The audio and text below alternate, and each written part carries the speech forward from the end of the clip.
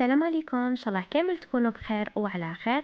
بمناسبة حلول شهر رمضان المبارك ان شاء الله يدخل علينا بالصحة والهنا، حضرت لكم اليوم طاجين اللحم البقري بالجلبانة والقرنون. بزاف بنين، ما نطولش عليكم، روحوا قبالة كيفية التحضير.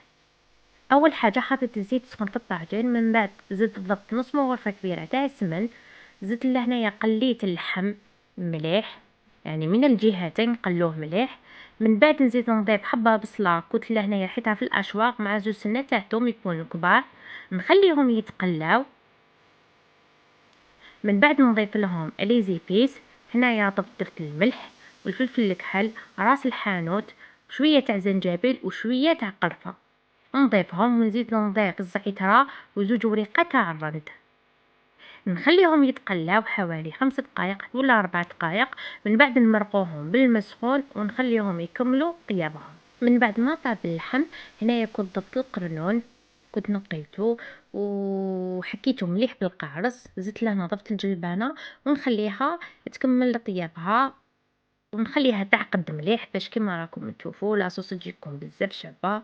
هاوليك هنايا قدمته في صحن التقديم، شوفوا ما شاء الله، وهنا كلمسه. ان شاء الله تكون عجبتكم طريقتي في التحضير. حقا الاخر الفيديو، بقولكم سلام وتهلاو في رواحكم.